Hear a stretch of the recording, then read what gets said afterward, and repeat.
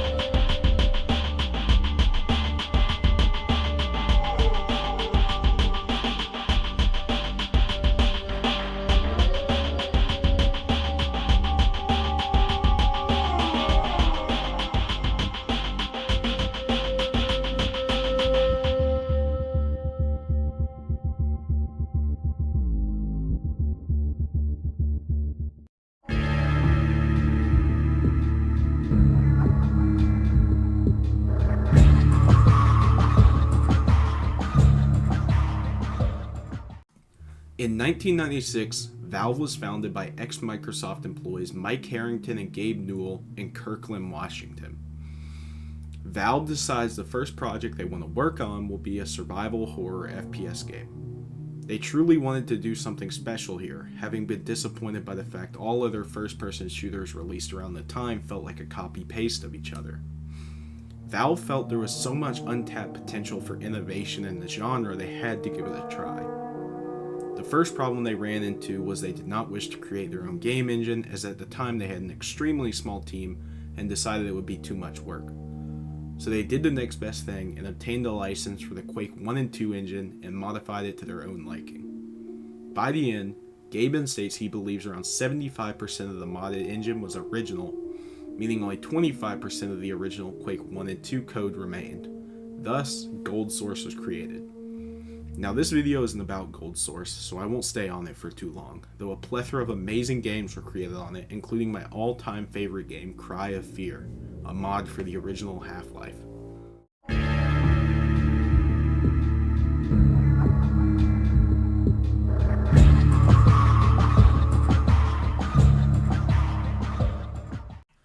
The year is 2004, and Valve has released Half-Life 2, CS Source, and Half-Life Source. The new engine is phenomenal and rocks the video game industry with its amazing physical interactions and its surprisingly beautiful visuals for the time. Half-Life 2 alone won a whopping 39 Game of the Year awards, and many say it's one of the best games ever made. Something about the Source engine and playing a Source game was just so different than playing something else. It let you feel free. It gave you millions of different ways to utilize its advanced physics to approach different situations and progress. Playing a Source game gave the player a certain type of vibe that what they were playing was different than a normal game. Even with the lack of Gordon, the protagonist of the Half-Life series, speaking at all throughout both games, Valve did an amazing job to make the world feel as real and alive by making the player build connections with each of the characters. As you progressed through Half-Life 2, you felt like every time you finished an area, you genuinely made the Columbine take a large hit, and you sensed you were one step closer to leading humanity to victory. Other Half-Life episodes were released down the road, all being just as amazing as the last. And even though with each episode no new features or anything were added, because of how open the Source engine was, just being in a new environment with more story was more than enough to keep the experience fresh.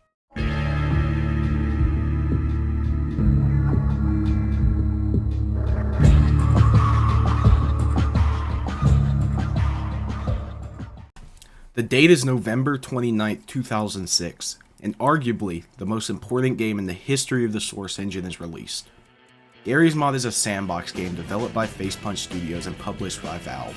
I could genuinely go on for hours upon hours about how influential Garry's Mod is. I personally believe Garry's Mod exposed the most people out of any game to the Source engine. In 2008 to 2014, Garry's Mod was the king of YouTube. It didn't matter how old you were. If you were into video games, you most likely watched Garry's Mod video. Whether it was Vanos or Venturian Tale messing around with their friends, or people making funny animations and skits such as Idiot Box.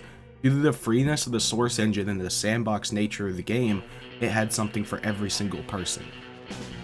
Garry's Mod is also responsible for popularizing a multitude of game modes you've likely seen in other games, such as Trouble in Terrorist Town, Murder Mystery, Prop Hunt, Dark RP, and many others.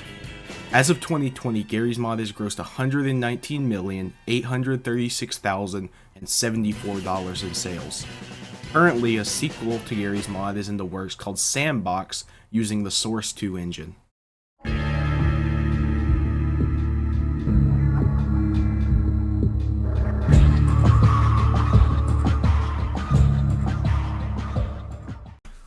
2007 rolls around, kicking off another huge year for the engine, with Half-Life 2 Episode 2 coming out, then the Orange Box dropping, one of Valve's biggest creations, bringing many of their famous games to console.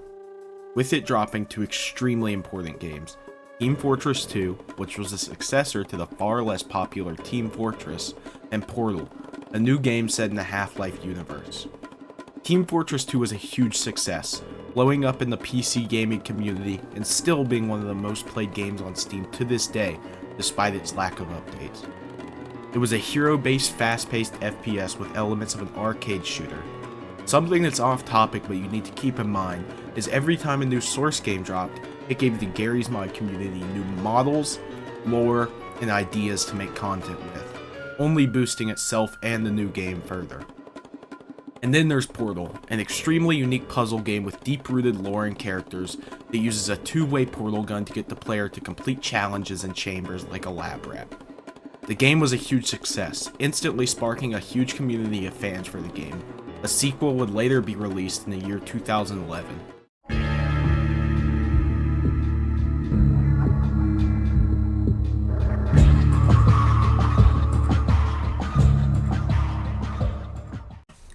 In 2008 and 2009, Left 4 Dead 1 and 2 came out, both being first-person shooter zombie horde games where the player and three friends would have to complete objectives to finish the campaign. The games were praised for their amazing replay value, fun co-op, and movie-like gameplay that made each encounter feel that much more horrifying. The game's map design and how the hordes of enemies flowed with it worked perfectly. The game included many different special types of infected that would be strategically placed across each area to give the player an even harder time.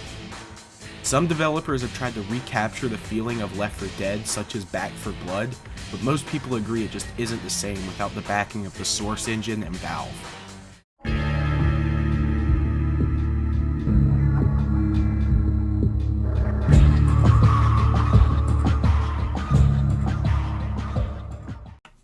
2012 is here, and one of the most important competitive FPS games of all time comes out.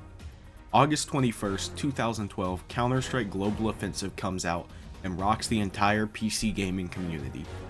Even though reviews at first were quite mixed due to the changes they made from the previous installment, eventually everyone was on board with the new edition, and it rose to be one of the most popular games on all of Steam. It also introduced a very unique skin and case economy that no other games had. This created a whole separate community besides people who play the game of rich assholes who like throwing money at pixels. Also, I guess Hunt Down the Freeman came out in 2018.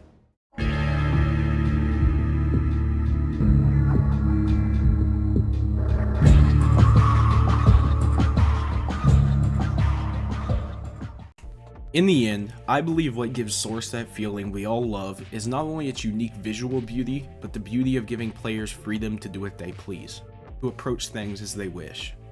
I believe the beauty of its history and its community and their creations create such a vibe that nothing else can replicate.